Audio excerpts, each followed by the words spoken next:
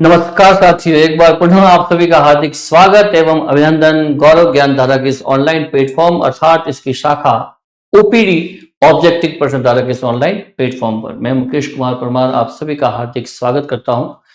जैसा कि आज की कक्षा को शुरू करने से पहले मैं बता दूं आपको कि हम तत्पुरुष समाज को आज कंटिन्यू करने वाले हैं और तत्पुरुष समाज के दौरान हमने अंतिम कक्षा में इसके 3 भेदों के बारे में बात की, जिसमें कर्म तत्पुरुष, करण तत्पुरुष, कर्म करण और संप्रदान तत्पुरुष को उसके लक्षण, विशेषताएं, पहचान के नियम और तमाम उदाहरणों के माध्यम से स्पष्ट करने का प्रयास किया। उम्मीद है मित्रों कि आप उसे ढंग से समझ पाए होंगे।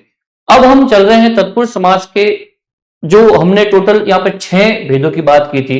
इसमें मैंने आपको बताया था कि कारक की विभक्ति का लोप होता है और कारक की विभक्तियों के साथ में लोप होने के साथ कारक जो कर्ता और संबंध कर्ता कारक और संबोधन कारक को छोड़कर जितने भी 6 भेद शेष रहते हैं वो भेद जो है तत्पुरुष समाज के यहाँ पर रहते हैं। इसमें से 3 हम कर चुके हैं। कल जो है हमने तीनों को पढ़ लिया, उसकी पहचान, नियम और तमाम उदाहरणों के माध्यम से।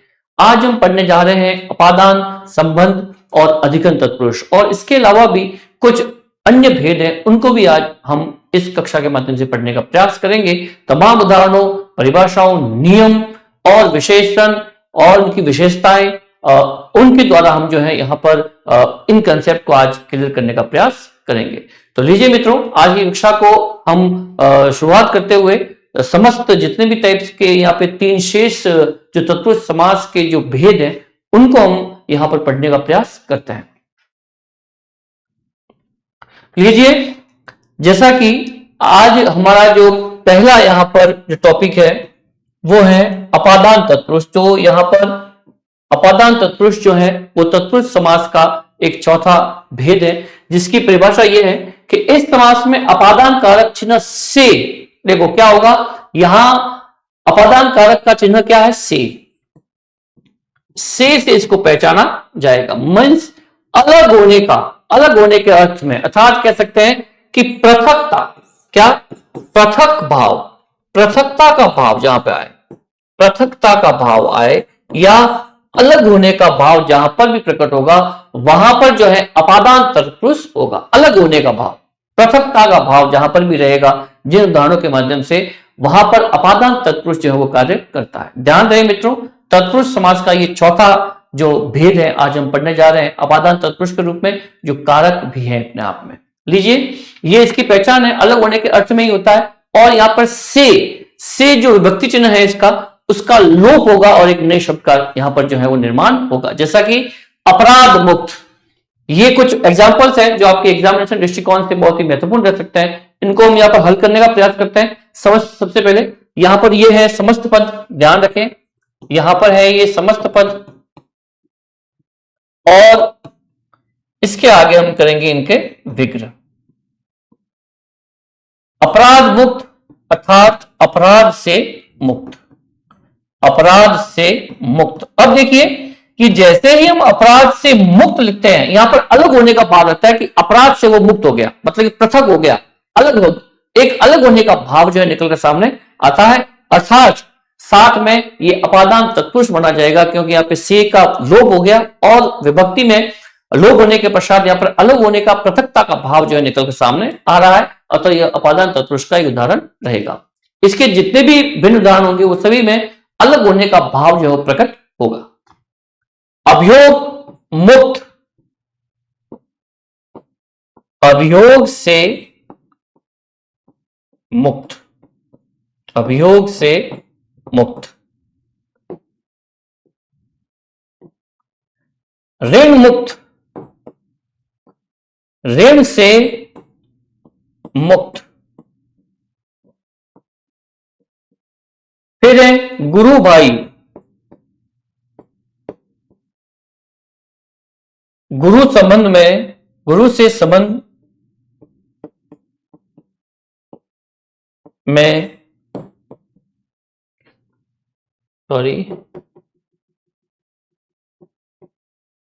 गुरु के संबंध से भाई। ओके, फिर ज्ञान शून्य, ज्ञान से शून्य, ज्ञान से शून्य। फिर है जाति बहिष्कृत, जाति से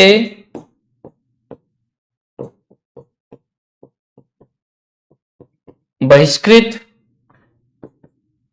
जल से जात, जल से जात मैंने उत्पन्न। फिर है देश निर्वाचित, देश से निर्वाचित, देश से निर्वासित होगा, देश से निर्वासित, ध्यान रखें यहां पर सी होगा, देश से निर्वासित। ओके, इस तरह से ये कुछ एग्जाम्पल है जो आपके एग्जामिनेशन दृष्टिकोण से आपके लिए महत्वपूर्ण रह सकते हैं। आगे है यहां पर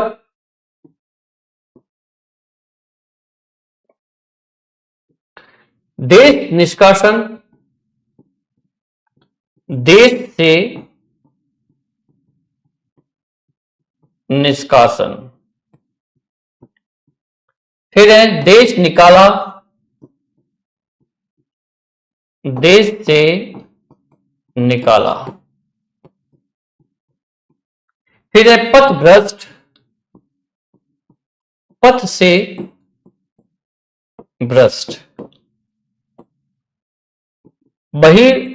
बहिरागत, बाहर से आगत, आगत को हम आगमन के रूप में समझ सकते हैं। फिर है आपके रोग मुक्त, रोग से मुक्त, रोग से मुक्त। फिर है सुख विहीन, सुख से विहीन। फिर है हतश्री, मतलब कि श्री मीन्स शोभा से हत, शोभा से हत मतलब कि रहित, शोभा से रहित है जो।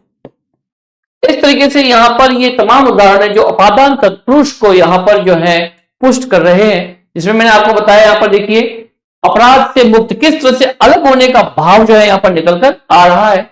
अभियोग से मुक्त, मुक्त, ऋण से मुक्त, गुरु भाई, गुरु के संबंध से भाई, ज्ञान शून्य, ज्ञान से शून्य, जाति बहिष्कृत, जाति से बहिष्कृत, जल से जात यानी उत्पन्न, देश से निर्वासित, देश से निष्कासन, देश से निकाला, पथ से भ्रष्ट, बाहर से आगत यानी आगमन, रोग से मुक्त, सुख से विहीन, हतश्री, श्री शोभा से हत रहित।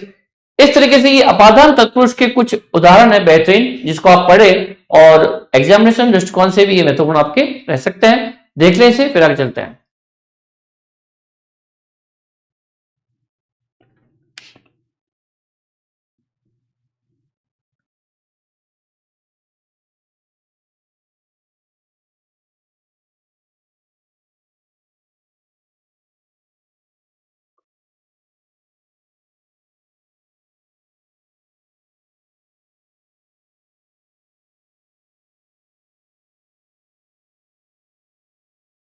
इस तरीके से यहां हम देख पाए इन तमाम उदाहरणों को, जो यहां पर ये उदाहरण जो है अपादान तत्पुरुष को जो है बिल्कुल सुस्पष्ट करते हैं। आशा है मित्रों कि उदाहरणों के माध्यम से और इन नियमों से आप जो है इसको समझ पाए होंगे। यहां पर ध्यान रखना कि पृथकता का भाव भी रहता है, पृथकता का भाव,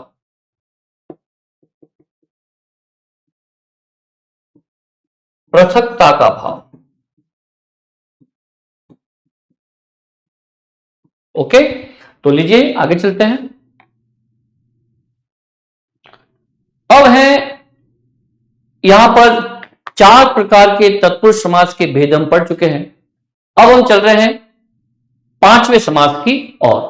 संबंध तत्पुरुष क्या है? संबंध तत्पुरुष। इस समास में इस समास में संबंध तत्पुरुष चिन्ह का लोप होता है। किसका?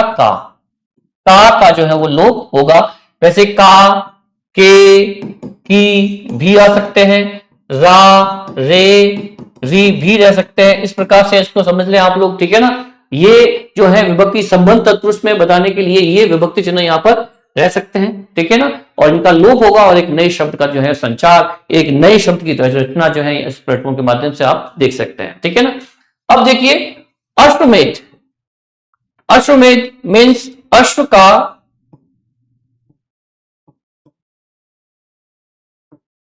मेध। ध्यान रखना मित्रों, मेध का मतलब होता है बलिदान, मेध का मतलब होता है बलिदान। अमृत धारा, अमृत की धारा। अधिक से अधिक एग्जाम्पल मैं आपको बताने का प्रयास कर रहा हूं कि अधिक उदाहरण रहेंगे, तो यहां पर इस क्लास के माध्यम से आपको जो है पूरी तरह से जो है आप संतुष्ट हो पाएंगे कि हाँ यहां पर ये उदाहरण आपके लिए बिल्कुल ही सही रहेंगे, ठीक है ना। और संबंध तत्पुरुष को जो है पूर्ण तरह से पूरे तरीके से जो है सुस्पष्ट आपका हो पाएगा।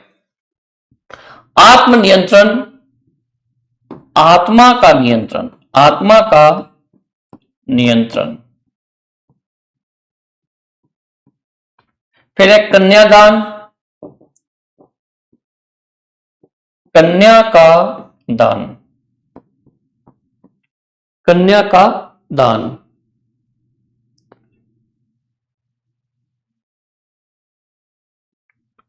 फिर है गौदान,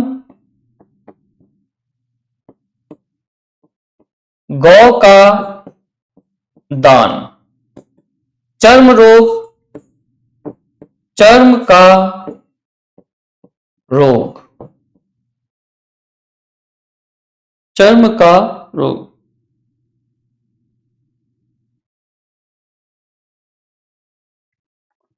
फिर है जगन्नाथ, जगत या कह सकते हैं कि लोक का नाथ। फिर है दुख सागर, दुख का सागर। फिर है नियमावली, नियमों की अवली। अवली का मतलब पंक्ति। पथ का परिवहन, पथ का परिवहन। इस तरीके से यहां पर ये संबंध तत्पुरुष के उदाहरण हैं जो प्रतियोगी परीक्षा के लिए के दृष्टिकोण से भी आपके लिए महत्वपूर्ण रह सकते हैं। फिर देखिए देश बंधु, देश का बंधु। देशभक्त, देश का भक्त। फिर है प्रेम उपहार, प्रेम का उपहार। फिर है भूपति, भू का पति। फिर है मनाली अर्थात मनु का घर, मनाली अर्थात मनु का घर। मातृभक्ति, माता की भक्ति। फिर है रंग भेद, रंग का भेद। फिर है रघुवंश, रघु का वंश, रघु का वंश। फिर है रामचरित, राम का चरित। फिर है राजपत्र यानी राजा का पत्र, राजा का पत्र। फिर है लोक कल्याण, तो लोक का कल्याण।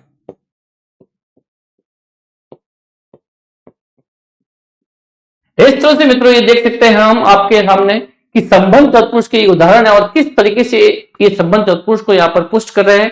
ध्यान रहे संबंध तत्पुरुष में का के की रारेरी आदि का लोप होता है और एक नए शब्द का जो है यहां पर संचार, एक नए शब्द की रचना जो है होकर होती है। ये पढ़ लें, एक बार देख लेते हैं हम। देखिए जैसे कि अश्वमेध, तो अश्व का मेध यानी बलिदान। अमृत की धारा, आत्म नियंत्रण का अर्थ आत्मा का नियंत्रण, कन्यादान कन्या का दान, गौ का दान गोदान, ठीक है ना।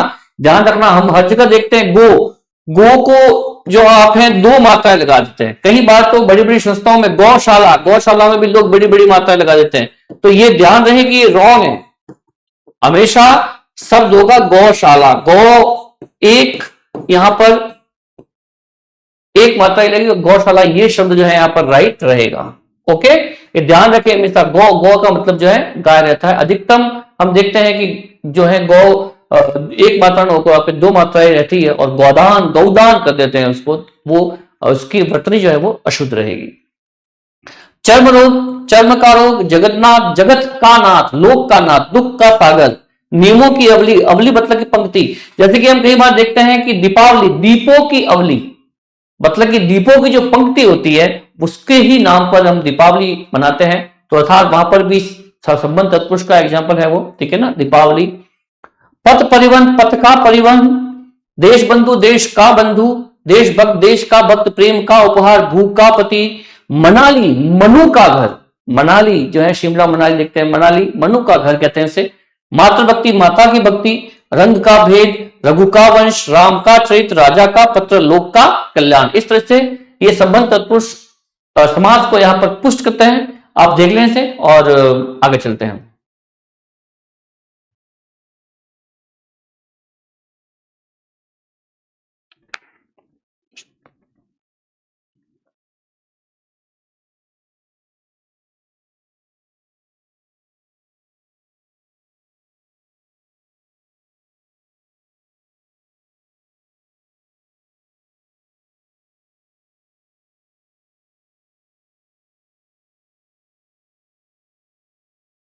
उम्मीद है मित्रों ये एग्जाम्पल वाकई आपको बड़े ही अच्छे लगे होंगे एग्जामिनेशन दृष्टिकोण से। अब हम चलते हैं यहाँ पर जो है तीन तो हम कल तत्पुरुष समास के भेद पढ़ चुके हैं। आज हमने दो समास के भेदों को भी यहाँ पर सुस्पष्ट किया उदाहरणों और नियमों के अर्थात पहचान के माध्यम से। अब हम चलते हैं यहाँ पर आज के इस तत्पुरुष समास के अंतिम भेद जो वाकई में जो मुख्य रूप से हैं उन 6 भेदों को यहाँ पर पढ़ रहे हैं, जिसमें ये अंतिम भेद है अधिकरण तत्पुरुष। अधिकरण तत्पुरुष, अधिकरण तत्पुरुष इस समास में अधिकरण कारक चिन्ह में पर, किसका देखो में और पर का जो है वो मित्रों लोप होता है। में और पर का लोप होगा और समस्त पद या सामासिक पद के रूप में एक नए शब्द का संचार जो है यहां पर एक नए शब्द की रचना जो है वो यहां पर होगी। तो देखिए ये समस्त पद है अश्मारोहण अर्थात अश्म पर आरोहण, अश्म पर आरोहण, आप बीती, आप पर बीती हुई, ऋषि राजा, ऋषि राज यानी ऋषियों में राजा, ऋषियों में राजा, कर्मनिष्ठ, कर्म में निष्ठ, कविराज, कवियों में राजा,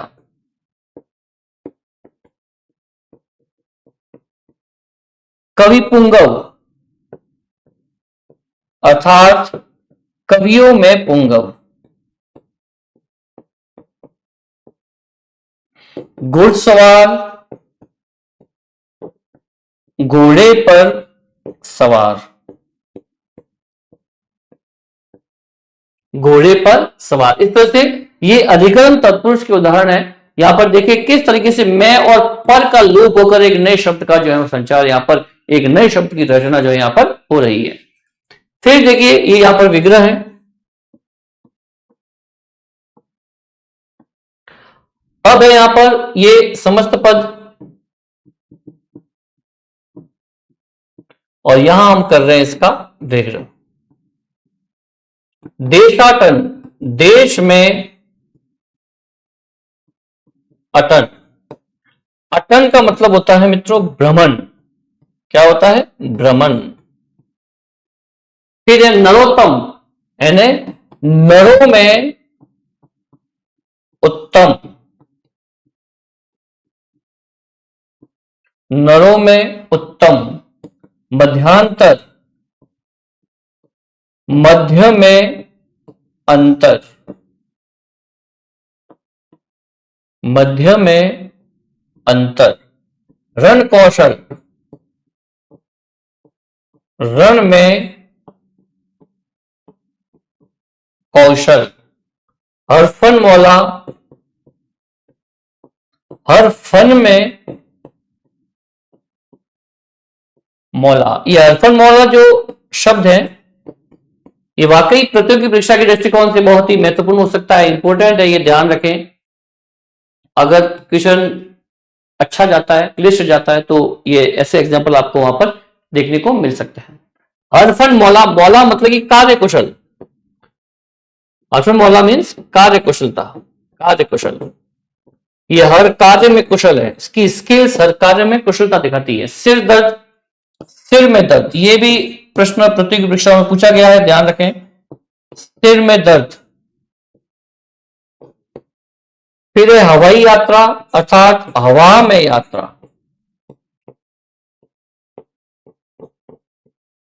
इस तरीके से ये यहां पर अधिकरण तत्पुरुष के तमाम उदाहरण हैं, जिसमें मैं पर का लोप होने के पश्चात एक समस्त पद या समासिक पद के रूप में एक नए शब्द की रचना जो है यहां पर हो रही है। ये तमाम उदाहरण है जो यहां पर अधिकरण तत्पुरुष को जो है वो पुष्ट करते हैं उसकी पहचान और नियमों के अनुसार। अश्मारोहण, अश्म मतलब कि पत्थर होता है, ध्यान रखना। अश्म मतलब क्या होता है? पत्थर।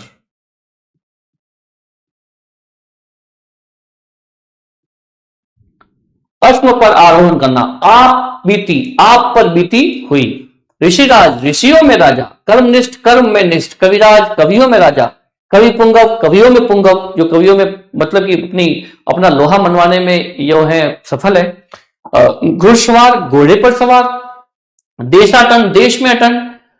नरोत्तम, नरों में उत्तम, मध्य में अंतर, रण में कौशल, हर फन में मौला, सिर में दर्द और हवा में यात्रा, हवाई यात्रा। तो इस तरीके से यहां पर हमने तमाम उदाहरणों और नियमों एवं पहचानों के आधार पर यहां पर जो है अधिकरण तत्पुरुष को भी कंप्लीट करते हैं। देख ले इसे, फिर आगे चलते हैं।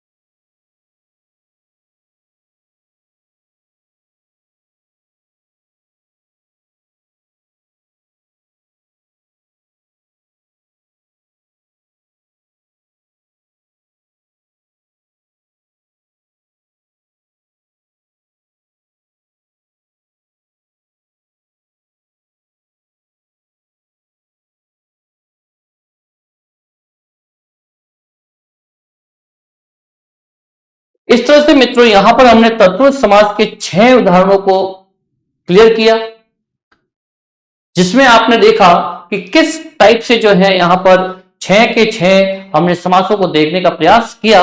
उम्मीद है कि इनको हमने तमाम उदाहरणों के माध्यम से देखने का प्रयास हमने किया कि किस तरीके से जो है हमने इन पहचान, नियम और तमाम उदाहरणों के माध्यम से इसको देखते हुए आज हमने 6 उदाहरण जो तत्पुरुष समास के जो 6 भेद है उनको यहां पर क्लियर करने का, उनको सुस्पष्ट करने का प्रयास किया। उम्मीद है आप इसे भली भांति समझ पाए होंगे। अब है मित्रों, मैं आपके सामने कुछ व्यधिकरण तत्पुरुष समास के अन्य भेद होते हैं। ये तत्पुरुष समास का ही जो रूप होता है जिसमें अपन ने वैधिकरण तत्पुरुष समास के उदाहरणों को, उसके भेदों को यहां पर देखा जो 6 टाइप से थे। अब कुछ अन्य भेद भी और है। एग्जामिनेशन दृष्टिकोण से आजकल प्रतियोगी परीक्षाओं का जो स्तर है उसको देखते हुए कई बार अन्य भेद भी तत्पुरुष समास के पूछे जा सकते हैं। उनको लेकर एक बार हम बात भी करेंगे कि वो किस प्रकार के हैं, कौन कौन से हैं, और जो ये 4 एक टाइप है इसके, उन टाइपों को भी पढ़ लें और तमाम पहचान, नियम और विशेषण, उसके लक्षणों के आधार पर उनको भी समझने का प्रयास यहां पर करेंगे। तो इसमें सबसे पहला जो टाइप है आपका है वो है उलूक, अलूक। क्या है? अलूक। अलूक तत्पुरुष जिस व्यधिकरण समास में पहले पद की विभक्ति का लोप नहीं होता, क्या होता है? विभक्ति का लोप नहीं होगा, उसे अलुक तत्पुरुष समास कहते हैं। इस समास में विभक्ति चिन्ह ज्यों की त्यों बने रहते हैं, मतलब कि विभक्ति चिन्ह जो होते हैं वो अलुक तत्पुरुष में लोप उनका नहीं होता, वो एज इट इज यूं के यूं जो है वहां पर समास प्रक्रिया में जो है वो रहेंगे, उनमें किसी प्रकार का लोप नहीं होगा, उसे हम कहेंगे अलुक तत्पुरुष समास। यहां पर अलुक तत्पुरुष समास, उपपद, प्रादि, इस टाइप के 3 से 4 ये टाइप्स हैं, इनको देखने का प्रयास करेंगे हम। तो सबसे पहले हैं आपके अलुक तत्पुरुष। तो यहां पर मैं आपको क्लियर कर दूं एक बार कि देखिए ये व्यधिकरण तत्पुरुष समाज का अन्य भेद है, जिसमें यहां पर लुक तत्पुरुष एक शब्द आता है, लुक तत्पुरुष। लुक तत्पुरुष का मीन्स ये होता है कि प्रत्यय का लोप हो, और एक होता है अलुक तत्पुरुष जिसमें प्रत्यय का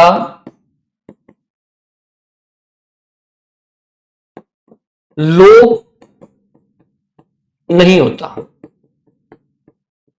अर्थात यहां पर नहीं होता है, प्रत्यय को में अपन विभक्तियों को भी लिखकर बात कर सकते हैं यहां पर। जैसे कि एक एग्जांपल बताऊंगा किस तरीके से विभक्तियों का लोप नहीं होता है। एक जैसे शब्द है युधिष्ठिर, युधिष्ठिर में देखिए यहां पर कि युद्ध में स्थिर रहने वाला, युद्ध में स्थिर रहने वाला, यह शब्द है युद्ध में स्थिर रहने वाला। और यहां पर शब्द बन गया देखिए युद्ध का युधि, देखते रहे युद्ध का शब्द बन रहा है यहां पर युधि। तो ये जो मैं है, ये मैं जो है इसमें मिल गया और युद्ध का बन गया युधि। क्या बन गया? युधि। इस तरीके से हम यहां पर देखते हैं कि किस तरीके से जो है युधि और ये मैं चिन्ह मिल गया, इसमें मैं चिन्ह इसमें मिल गया। इस तरीके से ये शब्द जो है, ये मैं जो है यहां पर उसी तरीके से रहता है जिसमें हम देखते हैं कि युद्ध से युद्धि ये बन गए। ठीक है ना? तो यहां पर कहने का मतलब ये कि लोप नहीं होता, विभक्ति चिन्ह या प्रत्यय का लोप नहीं होगा, एज इट इज ज्यों के त्यों यूज होंगे। तब वहां पर जो है समास कौन सा रहेगा? यहां पर आपके जो अलुक तत्पुरुष का वो एग्जाम्पल रहेगा, जैसा कि हमने इसे उदाहरण के माध्यम से देखा। अब हम देखिए अलुक तत्पुरुष कई बार क्लिष्ट प्रश्न जाए तो ये टाइप्स आप सब पूछ सकते हैं। हो सकता है उसका समास वगैरह भी पूछ ले, हो सकता है उसका समास ही पूछे उसका, या फिर तत्पुरुष समास के इस प्रकार आपको इस प्रकार के एग्जाम्पल दे दे, उसका नाम पूछ ले कि इसमें से कौन सा ये जो है समास रहेगा। ठीक है ना? तो देखिए ये इसकी पहचान रहती है, ध्यान रहे कि समास में विभक्ति चिन्हों ज्यों को त्यों बना रहते हैं। ठीक है ना? समझ पद है, इसका विग्रह करेंगे हम।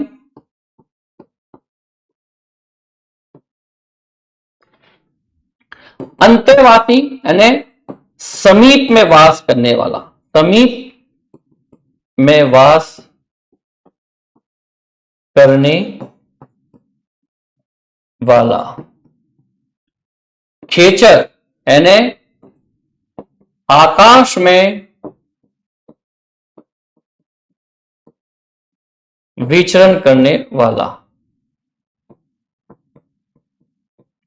आकाश में विचरण करने वाला। मनसीज, मन न सी यानी मन में जन्म लेने वाला, मनसीज को हम ध्यान रहे कामदेव भी कह सकते हैं, मनसीज को हम कामदेव भी जो है मित्रों कहते हैं। अलुक तत्पुरुष के उदाहरण है, ये ध्यान रखना। फिर सरसीज, सर में, सर का मतलब कह सकते हैं कि तालाब, तालाब में जन्म लेने वाला। फिर है वसुंधरा यानी वसुओं को धारण करने वाली, वसुओं को धारण करने वाली। अब देखिए यहां पर ये वसु, वसु का शाब्दिक अर्थ होता है धन और धरा। धन और धरा को धारण करने वाली वसुंधरा। और वसुंधरा का मतलब यह है कि पृथ्वी पर पाए जाने वाले जितने भी प्राणी हैं, जितने भी प्रकार के धन हैं, उन सबको वो धारण करती है, अर्थात जिसे क्या कहते हैं, वसुंधरा कहती है। धन और धरा दोनों को ही धारण करने वाली, इस पृथ्वी जगत में, इस ब्रह्मांड में जितने भी प्राणी हैं, अर्थात जितने ही प्रकार के धन है, उन सबको ही क्या कर लेती है, धारण करती है। वसुओं को धारण करने वाली अर्थात वसुंधरा, पृथ्वी, उसे हम क्या कहेंगे, पृथ्वी कहेंगे। ठीक है ना। वसु, धन और धरा, अर्थात कह सकते हैं कि प्राणियों व सभी धन को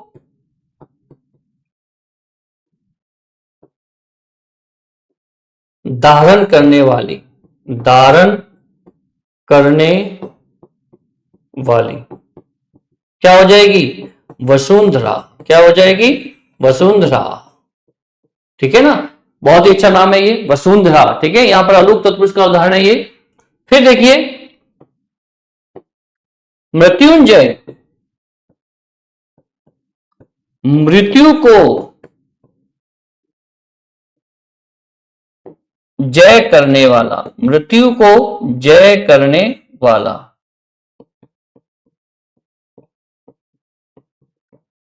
फिर है भयंकर, भय को करने वाला। युधिष्ठिर, युद्ध में स्थिर रहने वाला, युद्ध में स्थिर रहने वाला। और तीर्थंकर में तीर्थों को करने वाला, तीर्थों को करने वाला। इस तरीके से ये आपका अलूक तत्पुरुष का एग्जाम्पल, भिन्न एग्जाम्पलों के माध्यम से इसकी पहचान और नियमों के आधार पर हम यहां पर समझ पाए हैं कि ये एक वैधिकरण तत्पुरुष समास के अन्य भेदों में शुमार है। और पहला समास है अलूक तत्पुरुष। लुक और अलूक का मतलब क्या होगा, जिसमें विभक्ति का लोप न हो वो है अलूक तत्पुरुष, और उसमें विभक्ति का लोप हो वो है लुक तत्पुरुष। लुक का पारिभाषिक अर्थ ही होता है कि प्रत्यय का लोप हो जाना। ठीक है ना। और अलूक का होगा मतलब कि लोप नहीं होना। अर्थात ये एग्जाम्पल है जहां पर जो भी विभक्ति चिन्ह होंगे उनको लोप हुए बिना ही ज्यों के त्यों बने रहते हैं, उन्हें हम अलूक तत्पुरुष समास का उदाहरण कह सकते हैं। ये देख लीजिए, इस टाइप से है इसमें ये एग्जाम्पल, ये जो प्रतियोगी परीक्षा के उदाहरण आपके लिए महत्वपूर्ण रह सकते हैं। इस कंसेप्ट को समझे, फिर चलते हैं अगले, नेक्स्ट।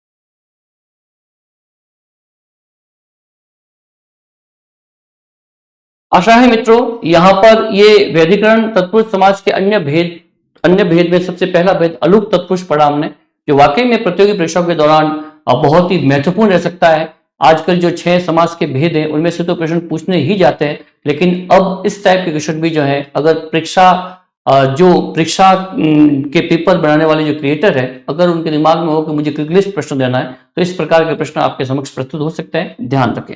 अब चलते हैं नेक्स्ट है आपका उपपद तत्पुरुष। ये भी वैधिकरण समास, तत्पुरुष समास का एक अन्य भेद है, जिसे हम कहेंगे उपपद। उपपद कभी कभी धातुओं में प्रत्यय लगाने की अनिवार्य रूप से कोई ना कोई उपपद रखना पड़ता है। अनिवार्य रखने के लिए क्या करना पड़ता है, कोई ना कोई उपपद लगना पड़ता है। ऐसे समस्त पदों को क्या कहते हैं? उपपद तत्पुरुष कहते हैं। धातुओं में प्रत्यय लगाने की अनिवार्य रूप से, ठीक है ना, कुछ उपपद लगने होते हैं, उन्हें हम उपपद तत्पुरुष कहते हैं। ठीक है, सीधा सा एग्जांपल है इसका, देख लें। जैसे कि अम्बूत, अम्बूत अर्थात अंबु यानी जल को देने वाला, को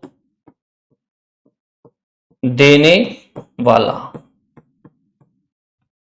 खग, ख अर्थात आकाश, आकाश ख में विचरण करने वाला, विचरण करने वाला। फिर है आपका जलद, जल को देने वाला, जल को देने वाला। कौन? बादल। फिर है जलचर, जल में विचरण करने वाला, जल में विचरण, जल में विचरण करने वाला।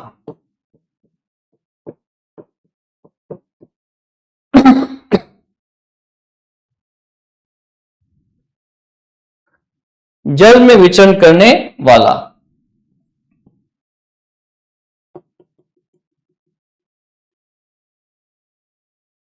जल में विचरण करने वाला। फिर है मनोज, मन को जानने वाला। फिर है संगीतकार, संगीत का कार्य करने वाला। फिर है मूर्तिकार, मूर्ति को बनाने वाला। फिर है साहित्यकार अर्थात साहित्य का कार्य करने वाला। यहां पे स्पेस की प्रॉब्लम आ रही है, इनको हम यहां लिख देते हैं। बटमार, बटमार और स्वस्थ।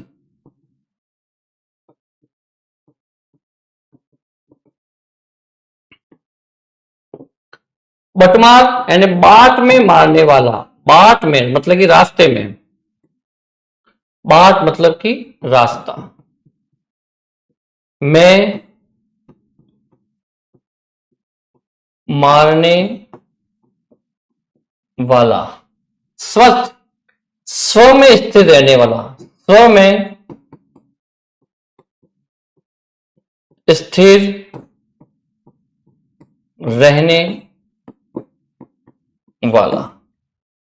तो इस तरीके से हम कह सकते हैं कि उपपद तत्पुरुष के ये उदाहरण है, जिसको हम तमाम उदाहरणों के माध्यम से यहां पर पुष्ट कर रहे हैं। इस तत्पुरुष समास, इस व्यधिकरण तत्पुरुष समास के अन्य भेद को, नंबर 2 को उपपद तत्पुरुष के समास ये हो सकते हैं और इन नियमों के द्वारा इसको पुष्ट कर सकते हैं। ये है आपके उदाहरण, देख लें इन्हें, फिर आगे चलते हैं।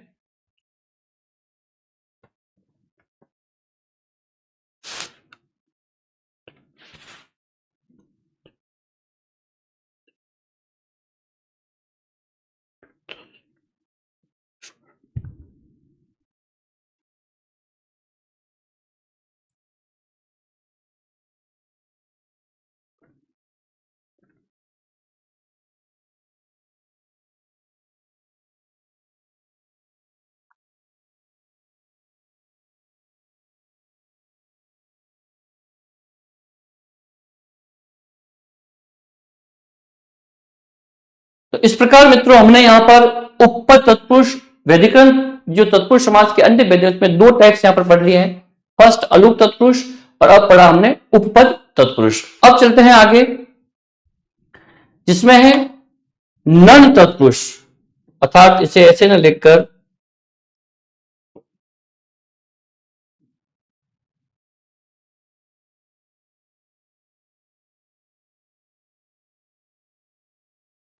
हम इस तरह से लिखेंगे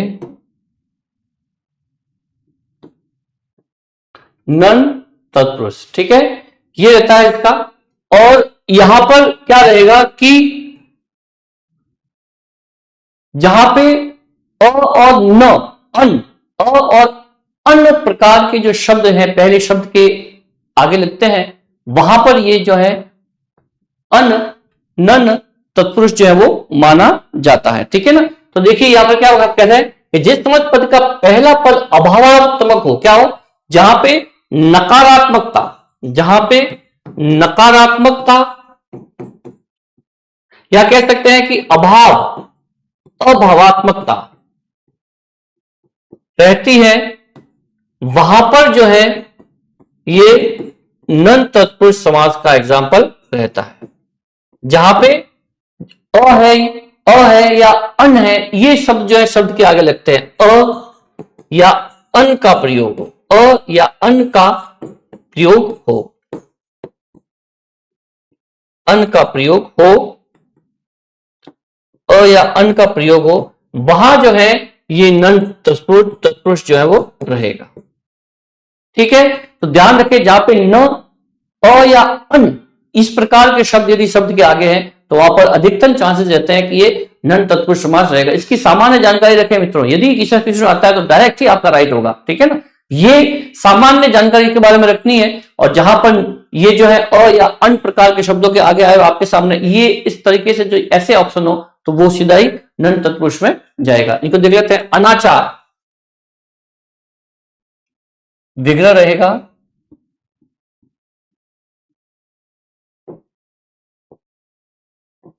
न आचार, न आचार, बिना आचार के। अनुपयुक्त, उपयुक्तता से, उपयुक्तता से। अनश्वर, न नश्वर, इसका विग्रह जो है वो इस प्रकार से कर सकते हैं। अनजान, न जाना हुआ।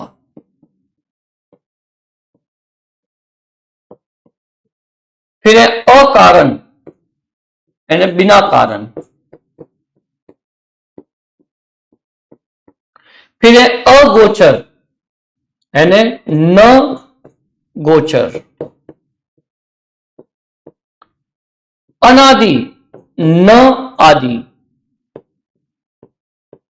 फिर है न गण्य, न गण्य। फिर है नापसंद, न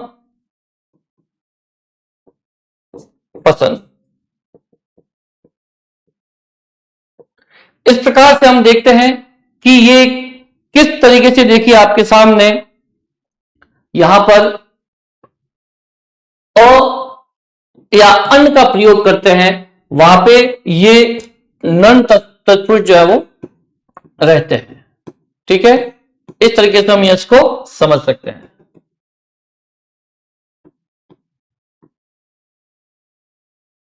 इसके एग्जाम्पल अनाचार, न आचार, उपयुक्तता से, अनुपयुक्त, न नश्वर, अनश्वर, अनजान, न जाना हुआ, अकारण, बिना कारण, अगोचर, न गोचर, अनादि, न आदि, न गण्य, न गण्य, ना पसंद, न पसंद। इस तरीके से ये सामान्य जानकारी है नन तत्पुरुष की, जिसको आप इन पहचान के आधार पर और इन उदाहरणों के माध्यम से पुष्ट कर सकते हैं। देख लेते हैं, आगे चलते हैं।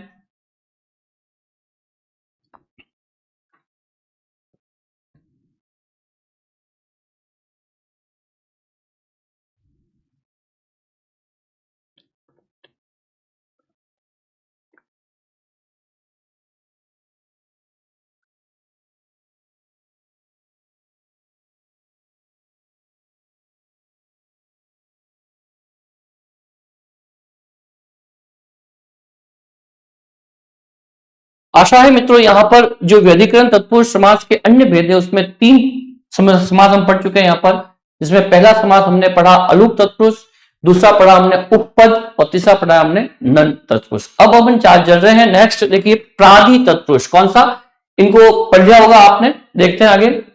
अब है आपके प्रादि तत्पुरुष। प्रादि तत्पुरुष मीन्स जिस तत्पुरुष समास के प्रथम स्थान में उपसर्ग आता है उसे संस्कृत व्याकरण में प्रादि समास कहते हैं। तो ध्यान रखना, देखिए प्रादि, प्रादि अर्थात प्र, धन, आदि।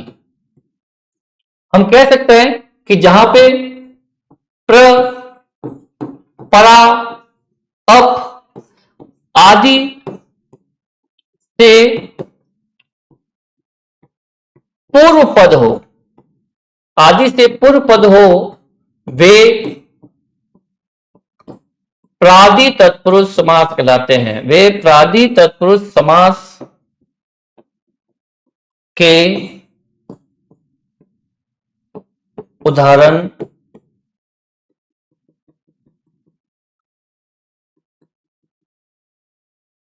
तत्पुरुष समास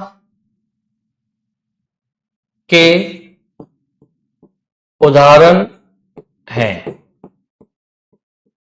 ध्यान रखें, प्र, प्रा, अप आदि इस प्रकार के जो अगर उपसर्ग के शब्द के आगे लगे हैं और वहां पर नीचे ये प्रादि तत्पुरुष समास है। हालांकि अव्ययीभाव समास के एग्जाम्पल भी रहते हैं जहां पे सारे उपसर्ग रहते हैं। अव्ययीभाव समास जो हमने पढ़ा वहां पर भी जो है आपके अवय या अवय कह सकते हैं, या हम कह सकते हैं कि उपसर्ग है, ये इस टाइप के जो रहते हैं तो अव्ययीभाव समास का अध्यापन रहेगा। यदि अलग जाएगा तो वो सीधा प्रादि तत्पुरुष समास के। यदि आपके पास में ये ऑप्शन नहीं है तो ध्यान रखिए वो कहीं ना कहीं प्रादि तत्पुरुष समास का एग्जाम्पल भी हो सकता है।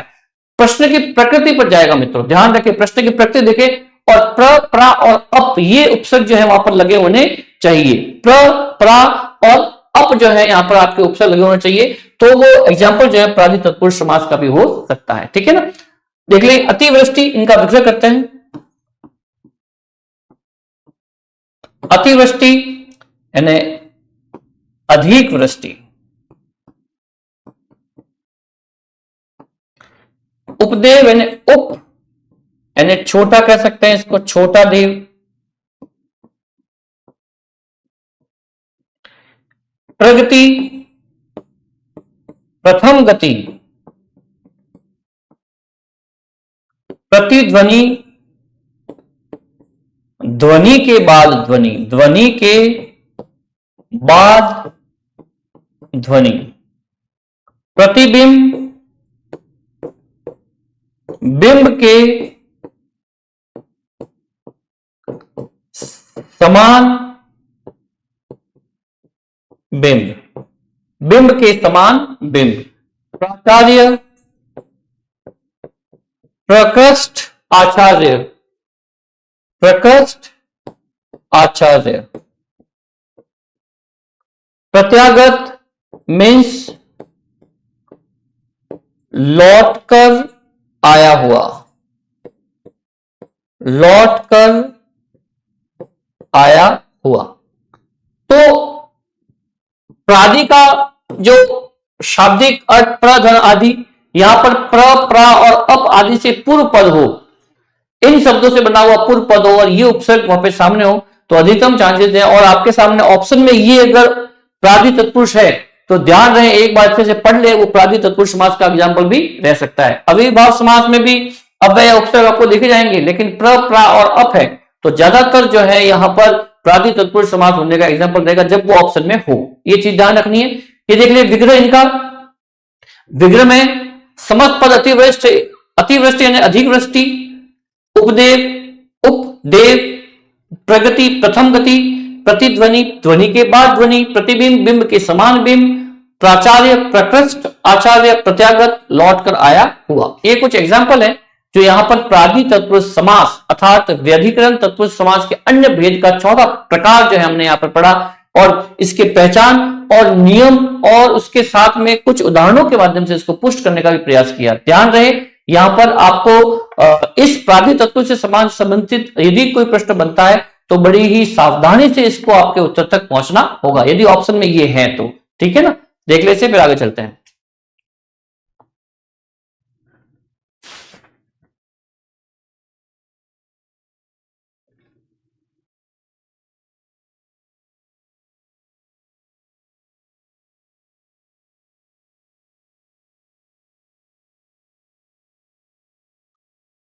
तो इस प्रकार आज हमने प्रादि तत्पुरुष, नन तत्पुरुष, उपपद तत्पुरुष और व्याधिकरण तत्पुरुष समास के अन्य विधों में पहला अलूप तत्पुरुष, तो यहां पर अलूप तत्पुरुष, उसके बाद में उपपद, उसके बाद में नन, उसके बाद में यहां पर जो है हमने प्रादि तत्पुरुष को विभिन्न इसके नियम, पहचान के आधार पर तमाम उदाहरणों के माध्यम से इसको पुष्ट करने का प्रयास किया। उम्मीद है मित्रों की यदि प्रश्न क्लिष्ट जाता है समास का तो यहां से वो जो है वो पुटअप हो सकता है, उसको भलीभांति समझे, इन उदाहरणों को पढ़े ताकि आप जो है उनके सही से आंसर तक पहुंच पाएंगे। इसके अलावा हमने अधिकरण तत्पुरुष को भी देखा, जो तत्पुरुष समास के 6 भेद थे, 3 तो हम अंतिम कक्षा में पढ़ चुके थे और 3 हमने आज यहां पर पढ़े हैं, जिसमें अधिकरण तत्पुरुष, संबंध तत्पुरुष और अपादान तत्पुरुष के माध्यम से आज की कक्षा को हमने कम से कम 4-7 समासों का यहां पर अध्ययन किया, तमाम उदाहरणों, नियमों, पहचान के आधार पर। उम्मीद है कि आप उन्हें भलीभांति समझ पाए होंगे। तो मित्रों, आज की कक्षा उम्मीद है कि आपको बिल्कुल ही बेहतरीन रही होगी आपके लिए, और आपके लिए वाकई में आने वाली प्रतियोगी परीक्षा के लिए ये बेहद ही सहयोग करेगी। तो आज के लिए इतना ही, मिलते हैं अगली कक्षा में, जब तक के लिए नमस्ते, नमस्कार।